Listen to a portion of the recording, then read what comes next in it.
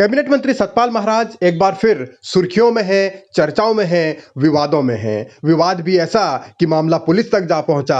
Police कब इस मामले को सुलझाएगी, क्या कार्रवाई करेगी, कैसे करेगी, ये तो मालूम नहीं, लेकिन इतना जरूर है कि सतपाल महाराज की वजह से पूरी सरकार सवालों के घेरे में है, पूरा सिस्टम सवालों के घेरे में है। और सवाल इस तरीके के हैं कि शायद ही ये दाग कहीं धुल पाए। और सवाल इस बात को लेकर भी है कि अगर उत्तराखंड में सरकार का सिस्टम ऐसे चल रहा है तो फिर उत्तराखंड को भगवान ही बचाए, उत्तराखंड का भगवान ही भला करे। सतपाल महाराज ने जो उनके मंत्रालय में जिस तरीके का खेल हुआ है, उस खेल ने पूरी धामी सरकार को ही कटघरे में खड़ा कर दिया है। खेल भी ऐसा कि जिसका भविष्य तक किस तरीके से इसका समाधान निकलेगा ये कहा नहीं जा सकता। सतपाल महाराज अमूमन अफसरशाही पर सवाल उठाते हैं, नौकरशाही पर कंट्रोल की बात करते हैं, बेलगाम नौकरशाही को लेकर बार बार उनका दर्द छलकता है। लेकिन इस दफा कुछ ऐसा हुआ कि उनके मंत्रालय ने सरकार को ही तमाम तरीके के सवालों से घेर लिया है। अब इन सवालों का जवाब देते सरकार फिर रही है। दरअसल पूरा मामला सतपाल महाराज के पीडब्ल्यूडी मंत्रालय से है, यानी कि लोक निर्माण विभाग, जो कि उत्तराखंड में सड़कों समेत बड़े बड़े काम करने का दावा करता है, लेकिन उनकी भी पोल खुल जाती है। इस दफा कुछ ऐसा हुआ है कि मामले में सतपाल महाराज को एफआईआर तक करवानी पड़ी है।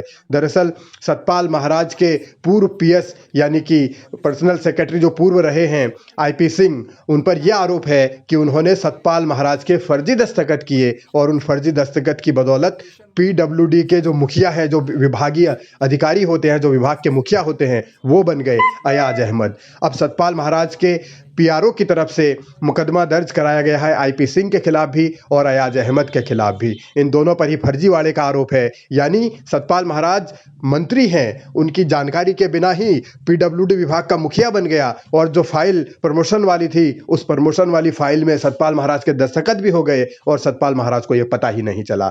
अब सतपाल महाराज की ओर से यह कहा जा रहा है कि उनके फर्जी दस्तखत किए गए हैं फाइल में, यानी कि सतपाल महाराज की ओर से जो मुकदमा दर्ज करवाया गया है उसमें यह कहा गया है कि दस्तखत सतपाल महाराज ने नहीं किए। उस फाइल में जो प्रमोशन वाली है वो तो उनके पूर्व पीएस ने किए, और वो डिजिटल दस्तखत कहां से इस्तेमाल कर लिए, कैसे कर लिए, ये बड़ा खेल हुआ है। और इसकी क्या गारंटी है कि ये खेल दस्तखत वाला सिर्फ एक फाइल में हुआ होगा। अब तमाम तरीके के सवाल यकीनन सरकार पर उठ रहे हैं। बदनामी सरकार की हो चुकी है और सबसे सयाने मंत्री के मंत्रालय में इस तरीके की बात होती हो, इस तरीके का विवाद होता हो तो मामला और भी गंभीर हो जाता है। अब राजनीति भी इस पर होनी तय है, लेकिन पुलिस क्या कार्रवाई करेगी इंतजार इसका भी है।